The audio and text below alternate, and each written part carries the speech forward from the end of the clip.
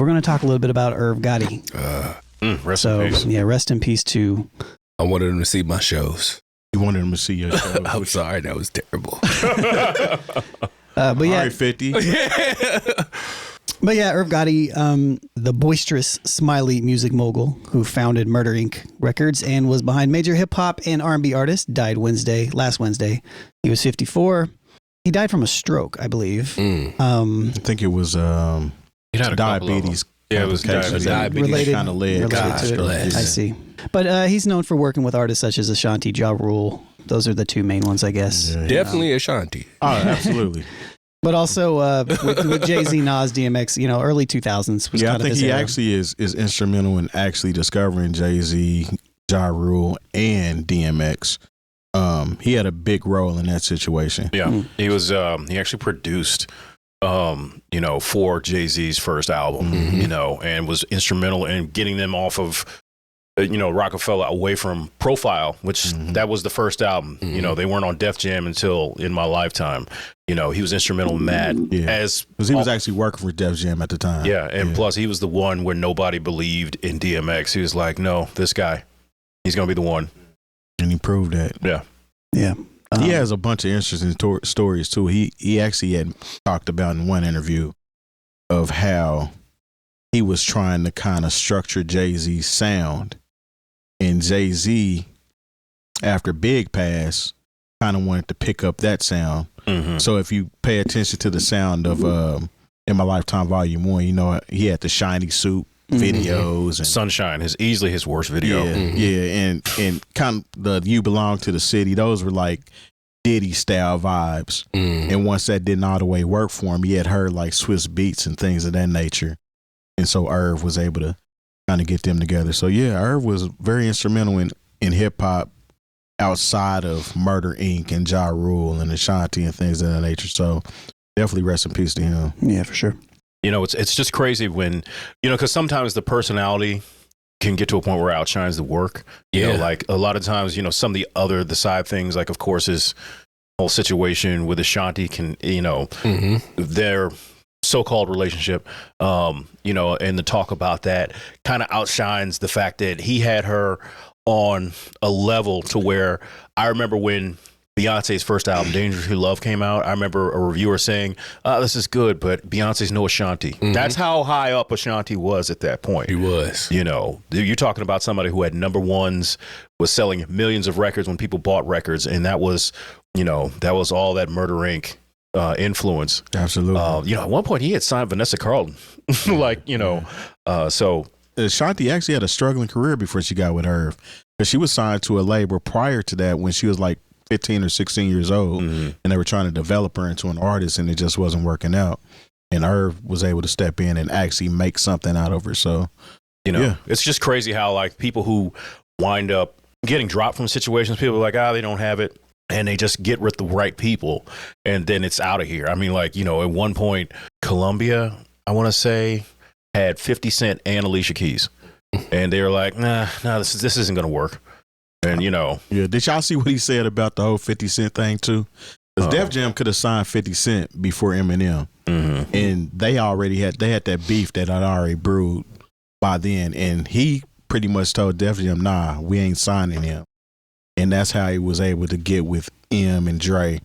And he was saying, hindsight 2020, I should have actually signed him and just screwed him over. You know what I'm saying? And hey, He could have did that. they beef was real, man. That was like, the worst thing.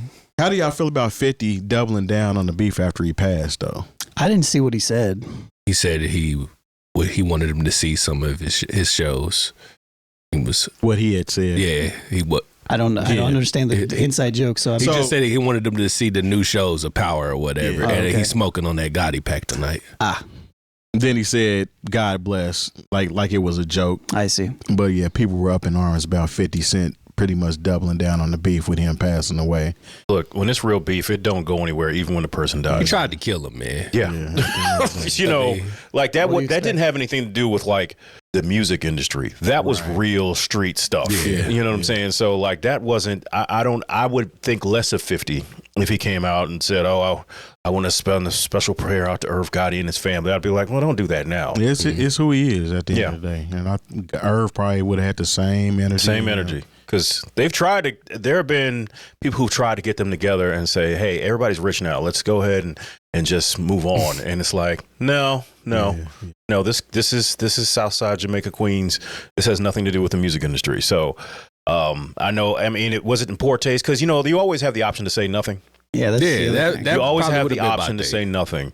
But 50 ain't that guy. But 50 has never been that person. So I enjoy it because he's true to him. Yeah. So why? Let's not expect. It's like when people say, "Oh, I'm just so disappointed in somebody." Why are you disappointed? And I remember one time somebody, Trick Daddy of all people, had said something. And people say, "Oh, I'm so How are you in a space where you're disappointed in Trick Daddy? That's real. Irv Gotti. When you get past, the Drink Champs interviews and all the other wild stuff, if you look at his resume of hit making and who he put on, like this guy, I don't like this. Legend may be a bit much, but right there. No, he a legend. Right there. Like when you talk about, when your fingerprints are on, basically what saved Def Jam, Ja Rule, DMX, Jay-Z, because Def Jam needed saving several times, and this is one of those times. Yeah, and we ain't gonna forget that Ja Rule was actually at the top of the game at one point in time before 50 Cent came around. Yeah. And the thing is, when you think about even who was the biggest on Def Jam, outside of Hard Knock Life, Jay-Z that was the only time he was number one on Def Jam, because Here Comes X. Yeah, because then, when Jay-Z was selling 2 and 3, which is fantastic, X was selling 5 and 6. And then here comes Ja Rule doing the same thing, selling 5 and 6. So, he was behind not just, a couple little songs here and there. He was behind, I just remember that time you couldn't get away from Ja Rule and Murder Inc. Yeah. Unfortunately. Justice for Ja, as Curtis King says. Yeah. Yeah, man. I'm sad that, he didn't lose a foot. He had to lose his life. What I mean? Yeah, that escalated pretty quickly. Yeah, so, I think it's been an ongoing thing for at least 4 or 5 years. 'Cause I don't know if y'all noticed that Irv had lost a lot of weight. Yeah, he was skinny for a while, so he had got sick previously. Pretty much was just trying to beat it and overcome the situation at hand, and it just didn't work in his favor, unfortunately. Like Fife Dog all over. Yeah. And it's crazy. It's another example of all the money in the world, when you get sick, it's not going to do you any good. If money couldn't save Steve Jobs, it's not going to save you either. So that's real. Do the best you can to take care of yourself. Drink water, eat fruit. You know what I'm saying? Try not to be so stressed out over things that don't matter. You know what I'm saying? Go to the doctor. That too.